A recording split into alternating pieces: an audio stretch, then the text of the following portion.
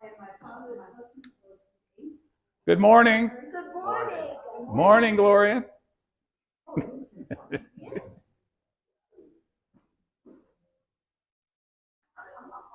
We have some more folks in the hall.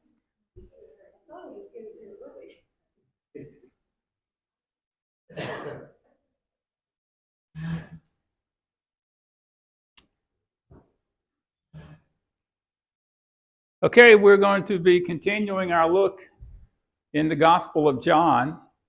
For those of you who are visiting, we had the introduction 2 weeks ago, and we got into the prologue last week. The prologue lasts until about verse 18. So a prologue is an introduction. So what John is doing is he is introducing some of the topics that he's going to be looking at in detail later on in his gospel. So last week we got up through verse 8. So the next section would be Gospel of John chapter 1 verses 9 through 14.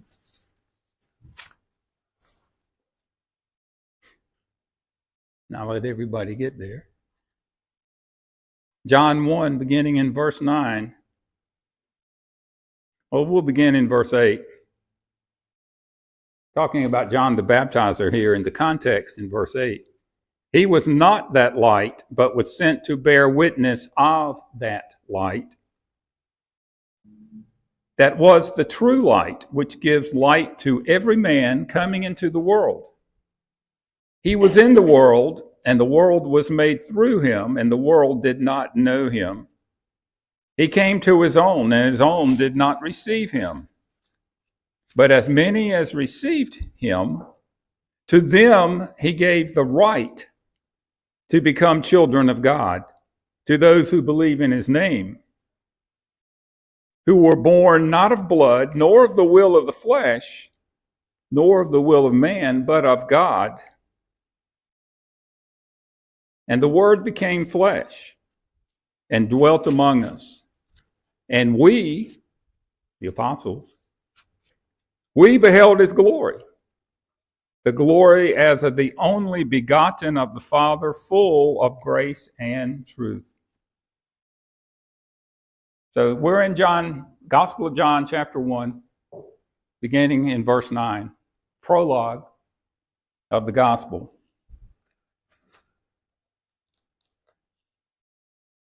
So John is writing that Christ came into the world as the true light, that John the Baptizer was not the true light, but he was not a false light. He was a smaller light.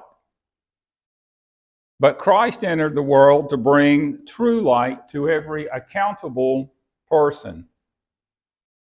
But it's only available to whom? Those who are willing to receive it. It's like having the light outside, but if we close the windows and put the shades down and it's dark in here, it's out there, but we just don't want to see it.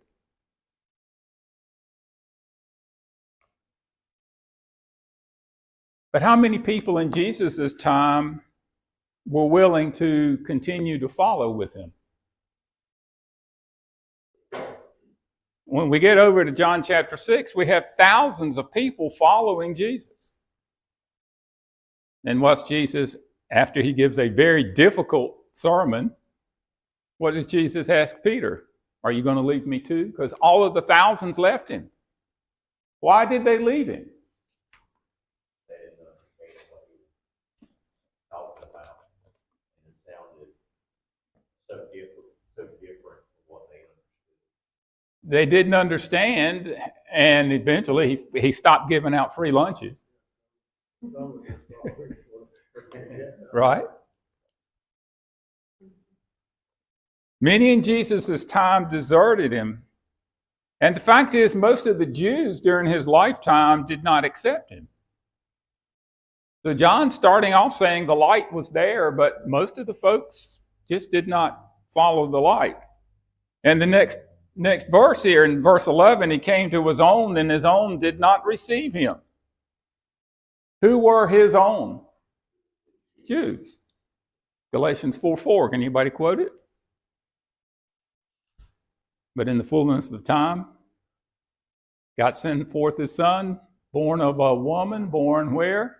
Under the law. His own. When it comes down to it, God's chosen people refuse to accept Christ as their Lord and Savior. I just thought of this, but let's just make a hypothetical. Let's say that the fullness of time happened to be 2025. How many in the world would accept Christ today?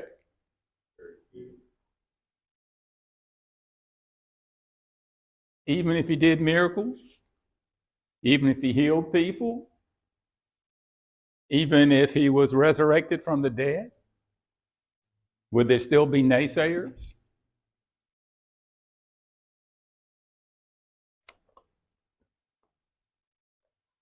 Not only did they reject Jesus, but how was Jesus treated by many of his contemporaries? They lied about him. They accused him and his followers of doing things that were against the law. Yeah. And also blasphemy. Yeah. You must be of the devil. Pretty strong words. You get to John chapter 7, they implied that he was the illegitimate son of Mary and whose father was a Roman soldier. How do you think Mary felt all that time?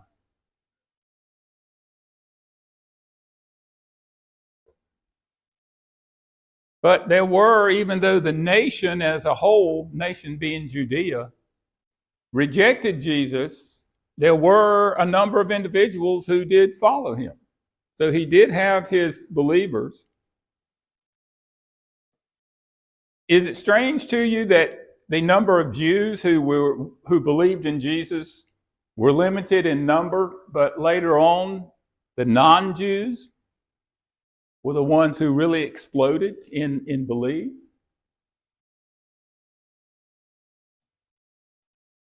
Those who received Jesus were given, and it depends on the translation you have, given the right, New King James, power is the King James. The Greek is neither one. In the Greek, the word is those who received Jesus were given the privilege of becoming the children of God. I didn't bother to write the Greek word up there, but I have it if you want it. I was trying to think of a way to make this clear. Those willing were given a privilege of becoming a child of God.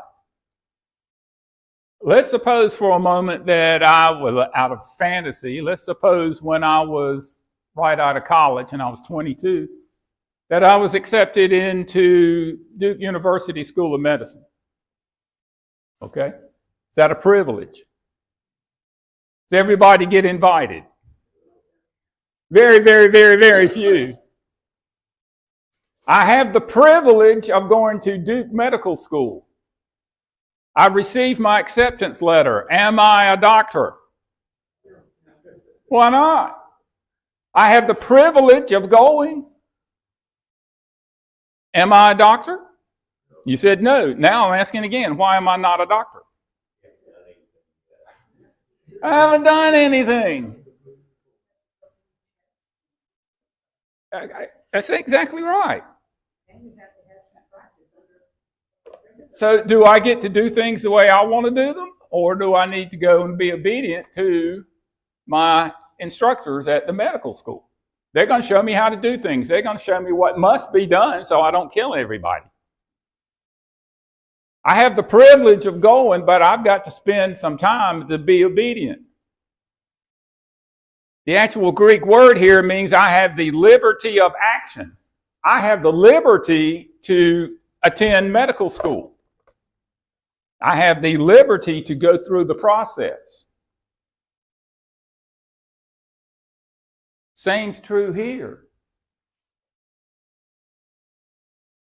Those who received Jesus were giving the privilege of becoming the children of God. Are there other things that must be done? Other than just saying you have the right. You have it within your power to become a child of God.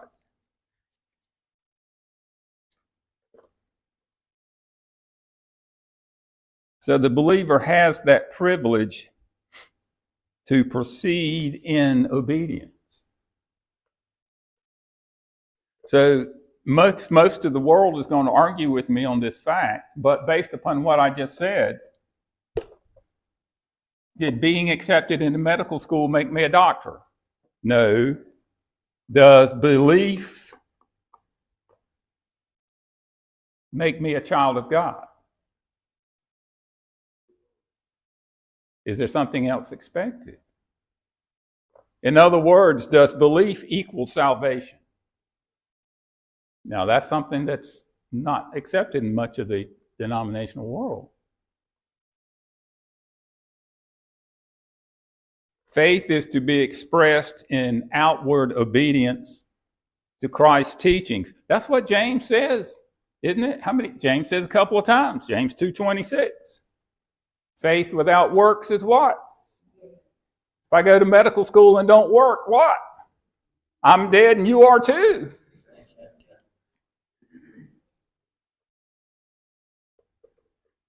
So when we get to verse 13, we have, remember this is a prologue. And then verse 14. And the Word became flesh and dwelt among us, and we beheld his glory, the glory of the only begotten of the Father, full of grace and truth. But when we go up to the verse 13 that introduces this, children of God. A child is to be born, correct? Talking about children of God who were born, how were they born? Not of blood, not of the will of the flesh, not of the will of man, but of God. This is an introduction to chapter 3 when we have Jesus talking to Nicodemus, talking about a new birth.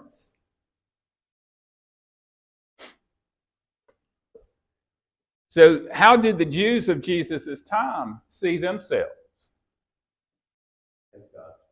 They were God's people. They were God's own. What qualified them to be considered God's own?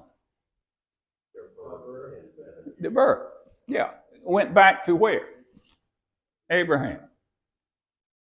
So they were considered themselves to be special, have a relationship with God based upon their physical birth. And what John is introducing here and what Jesus goes into in detail in chapter 3 with Nicodemus is it's not about a spiritual birth. It's about a what kind of birth? Spiritual birth. And God is spirit, so only God can give us that spiritual birth. Well, this went right over the head of Nicodemus, didn't it? And it flew in the face of what the Jews of the time accepted as being true. So fleshly kinship was soon to give way to obedience to the gospel of Christ. So a Christian's, let's talk about us now, a Christian's relationship with God.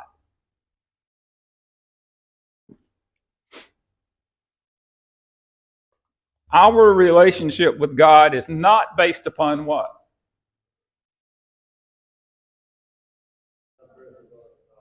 By whom we were born to. Now, under Judaism, that was, I mentioned it before. I'm 5 years old. My dad says, "You're a Jew." I said, "I never knew that." Why am I a Jew? Because you were born to me.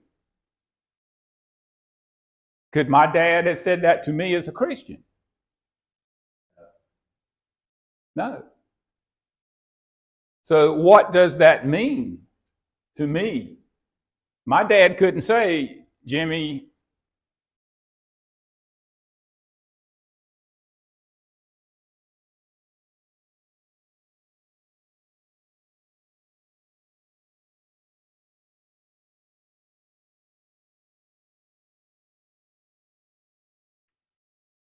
is this completely new to this Jewish audience? How radical is this? Can you see why they didn't like what he had to say sometimes?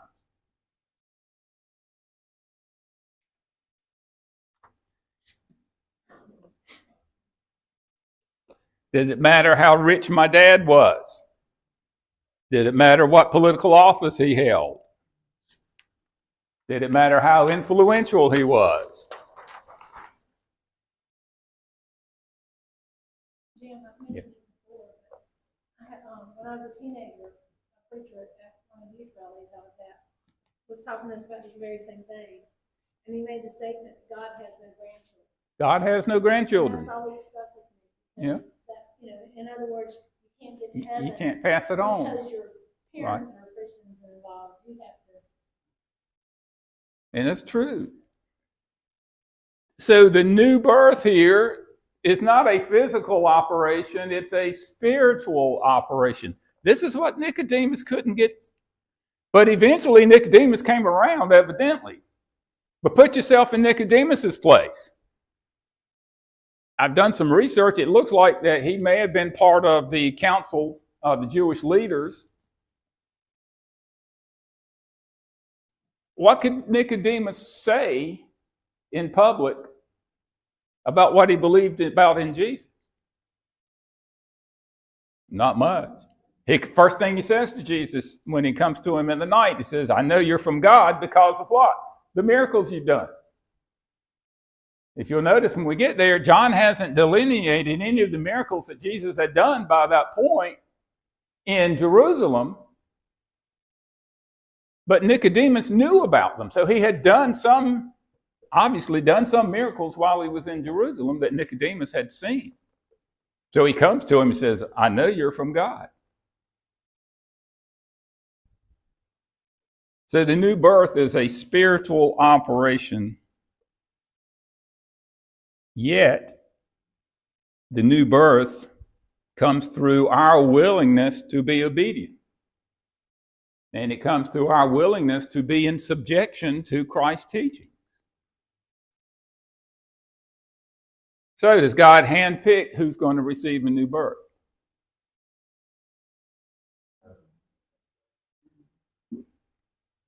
Well, that shoots a hole in some of Calvinism, doesn't it?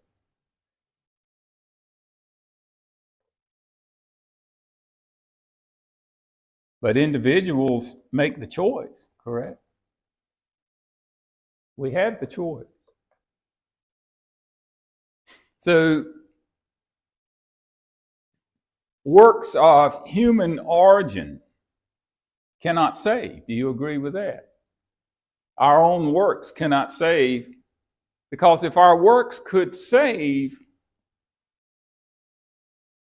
then why would Christ have had to come to earth and suffer and die? If we could save ourselves, no need for Christ to be here.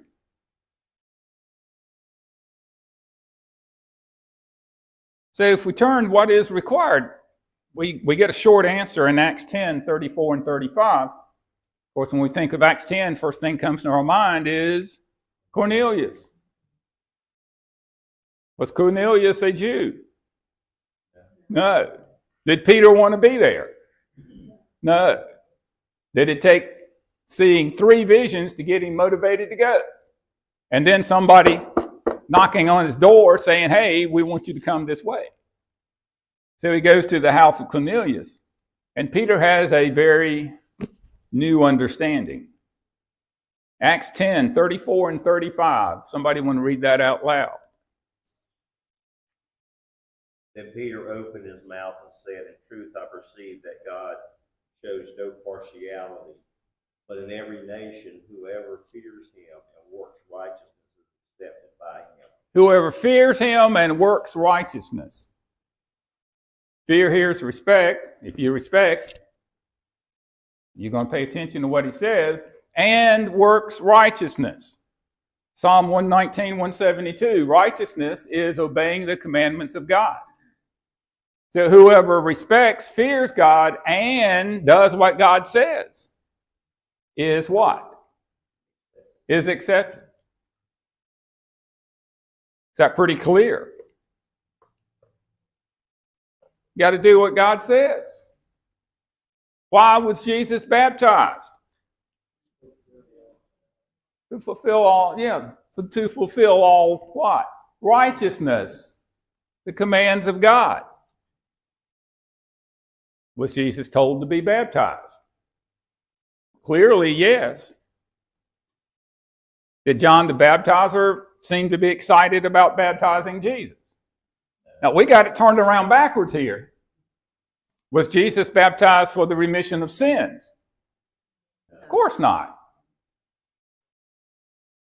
He wanted to fear, respect God, and what? Be accepted by being obedient, by being righteous in the eyes of God. Okay, we carried a step further. Jesus did it. Anything special happened? Yeah. Some special things happened at that point. Now, you got some of the Gnostics in 1 John who wanted to say it was at that point that Jesus, the man, became Christ, the Son of God. Of course, that's not true, but that's what they were trying to teach. And then they went further and taught that on the cross, the divine part of Jesus left him, and it was just the man hanging on the cross. Because they had some other theories too.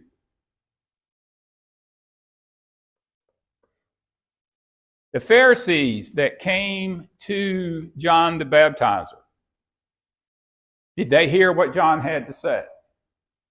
Yeah. Did they accept what John had to say? Be baptized because the kingdom of God is at hand. Were they baptized? No. Did they reject what God had asked them to do? Yeah.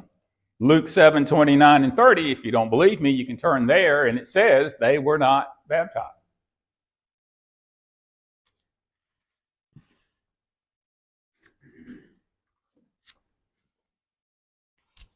Verse 14, the Word became flesh and dwelt among us, and we beheld his glory. The glory of the glory as of the only begotten of the Father, full of grace and truth. Here we get into something that's hard to get human minds wrapped around. The one who was with God in the beginning took on a physical body and lived among men. In other words, the Word of chapter 1, verse 1, who was directly involved in the creation of all things, did what? Took on the form of a man.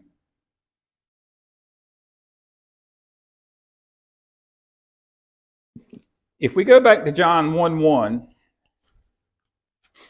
let's read John 1:1, and then we'll read John 1:14. See if there isn't a logical connection here.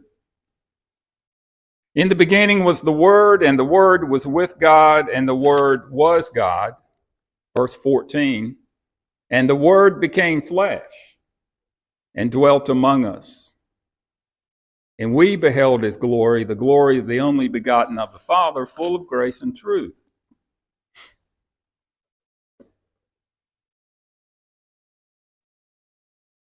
Without divesting himself of his divine nature,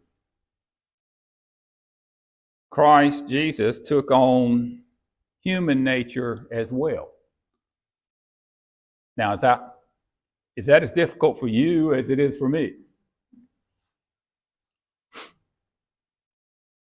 In other words, he entered upon a new mode of being without becoming a new being. I need to read that again. He entered upon a new mode of being without becoming a new being. We got that in our heads?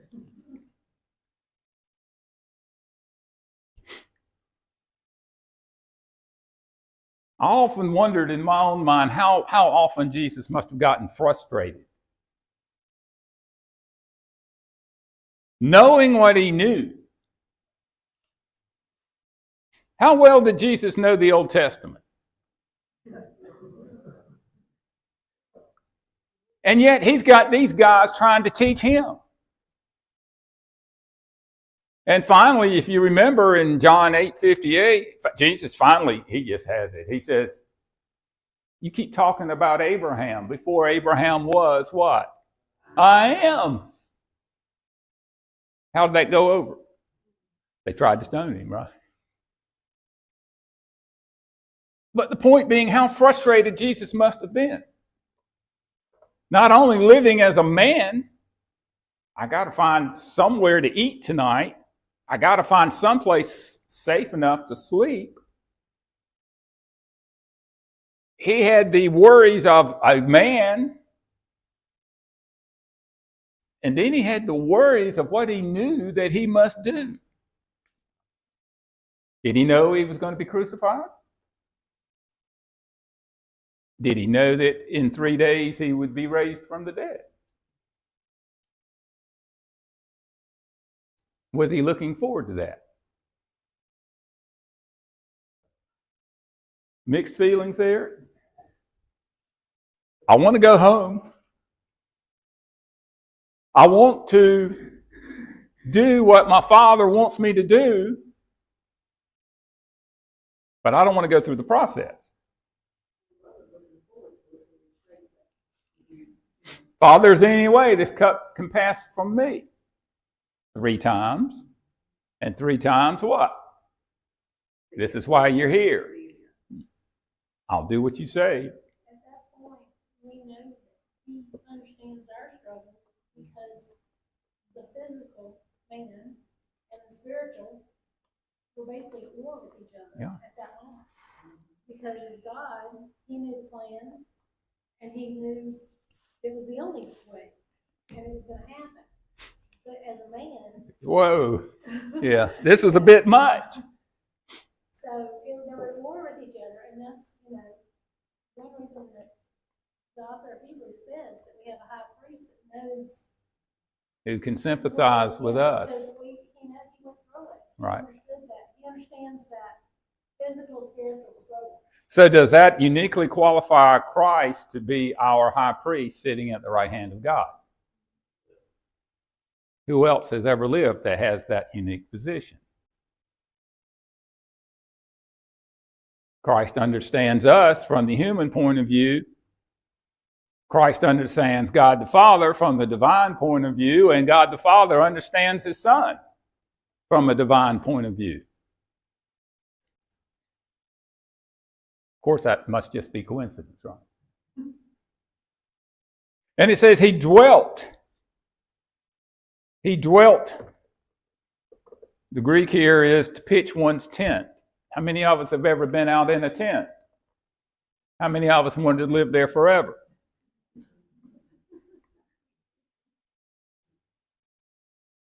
My real good friend Mike and I, we decided we were going to go, we were probably 22, 23, decided we were going to go to the mountains. Mike had some friends there that he wanted to visit. He didn't want to impose upon them because they didn't know we were coming. So he says, I brought a tent. I said, great, we'll camp out. So we go up near Burnsville, way up there. And it's November, I think. And we pitch a tent next to the Tow River. We could hear the river going next to us. And it's like 9 or 10 o'clock at night. We'd been driving for probably 7 hours, dead tired, and it started snowing. And the tent wasn't big enough for our feet to stay inside. So I had the choice. My feet could get wet or my head could get wet. So did we want to stay in that tent? No. No, it was temporary, wasn't it? We left. We went and knocked on the door at 11 o'clock at night, and they let us stay there. I think they just felt sorry for us. We were wet and cold. Christ came to pitch his tent. It was temporary. He didn't come to stay physically. It was a temporary time. Paul uses the very same word to describe our lives here on earth. 2 Corinthians 5:1, if you'd like to turn there. 2 Corinthians 5:1.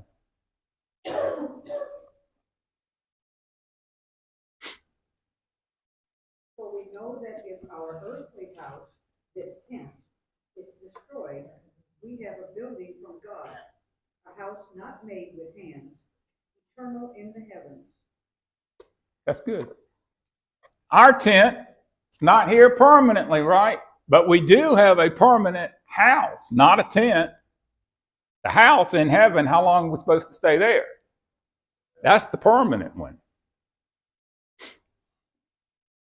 And we beheld his glory. The Word became flesh, dwelt among us, and we beheld his glory. We, you know who's writing? John the Apostle. We beheld his glory. So here's our pop test question for this morning. Everybody ready? How did John and the apostles behold the glory of Christ? Give me some examples. He was there at the baptism, so he heard. Transfiguration, that's the first thing I put down. That would have been an eye-opener, wouldn't it? At the resurrection, that's an eye-opener. Would you define that as his glory? That's right at the top of the list. Did they hear him predict future events? Did they see him heal? How many did he heal?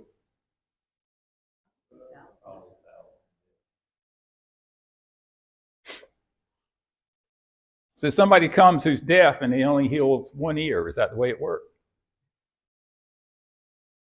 Or if you're blind, he gives you 2200 vision. Is that the way it works?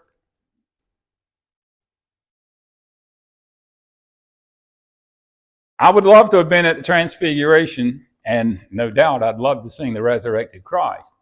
But the one I want my cell phone at is the Ascension. I want that on video.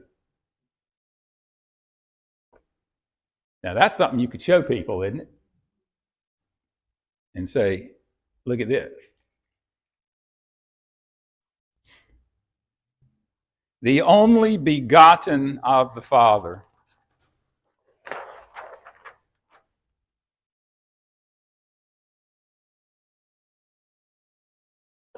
The word here that's used by John means that when only begotten means that Jesus was the sole representative. He's the only one.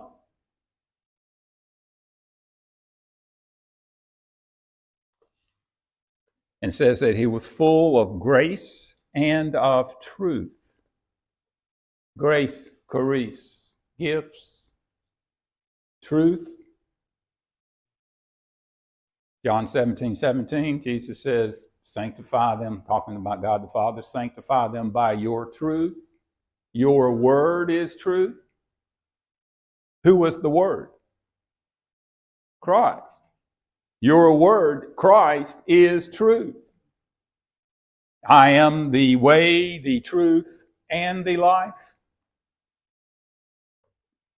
Anyone who was full of grace and of truth, if they are ultimately, that's all they're filled with, wouldn't you define that person as, or that personality as being deity? Full of grace and truth. So in other words, what part of truth did Christ not possess? He had it all. And people wanted to argue with him. My favorite's Peter. How many times did Peter want to argue with Jesus? How many times did Peter speak without thinking first? I'd love to have that on video too. Jesus' reaction. Peter, you say I'm the Son of God. Why are you arguing with me? Was it in Peter's nature to argue? Who drew the sword out, cut off the ear of the servant of the high priest?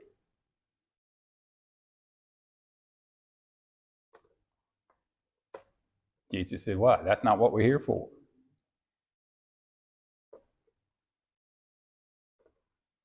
So then we come to short section, verses 15 through 18. This ends the prologue, these few verses. John the Baptizer introduces the Messiah to the people. So let's read 15 through 18. John bore witness of him, who cried out, saying, and this is John the Baptizer, this was he of whom I said, he who comes after me is preferred before me, for he was before me. And of his fullness we have all received, and grace for grace. For the law was given through Moses, but grace and truth, there's that word truth again. In other words, gifts and truth came through Jesus Christ. No one has seen God at any time. The only begotten Son, who is in the bosom of the Father, he has declared him.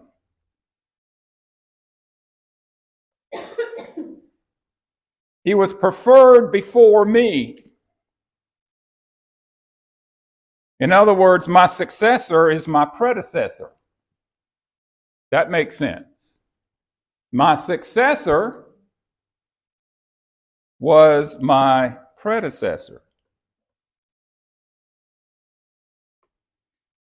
So when we start in verse 16, we have the words of the Apostle John. So we go from John the Baptizer here in verse 15 to the words of John the Apostle as he's looking back. Let's keep in mind, John it's in around 90 AD. He's looking back 60 years. So John looks back in time. And what's he say? We, those who are Christians, received him. Grace for grace. Full of gifts. In verse 17, the law was given by Moses. So how many folks perfectly kept Mosaic law? One. And there was no provision in Mosaic law by which the guilt of one's sin could be removed. So what happened on the Day of Atonement? Each year they sent out a scapegoat. You know what that scapegoat did? He symbolically, they put everybody's sins on the head of that scapegoat and then ran him out of the camp. So symbolically, everybody's sins are gone and everybody starts fresh. But it was only symbolically, right? Am I still a sinner in the eyes of God? Yeah.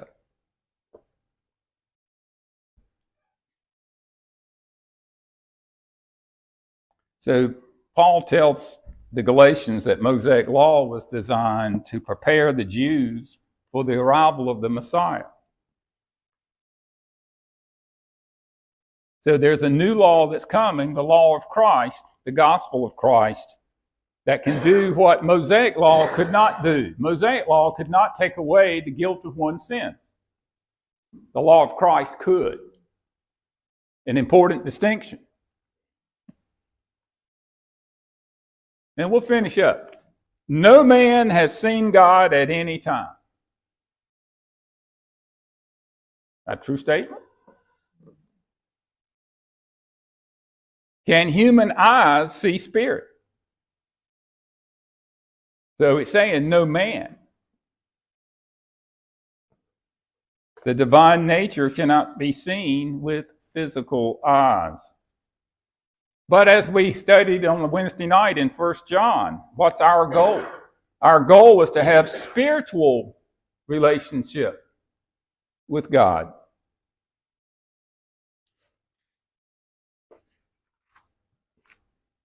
And then it says Christ was in the bosom of the Father. The only begotten Son who was in the bosom of the Father, he has declared him. Being in the bosom of the Father, unless we grew up Jewish at that time, the meaning would probably go over our heads. Being in the bosom of the Father in ancient terminology, this was talking about one who was the guest of honor at a big feast. Where did the guest of honor sit? Right with the host. The highest place of honor was sitting at the right hand of the host.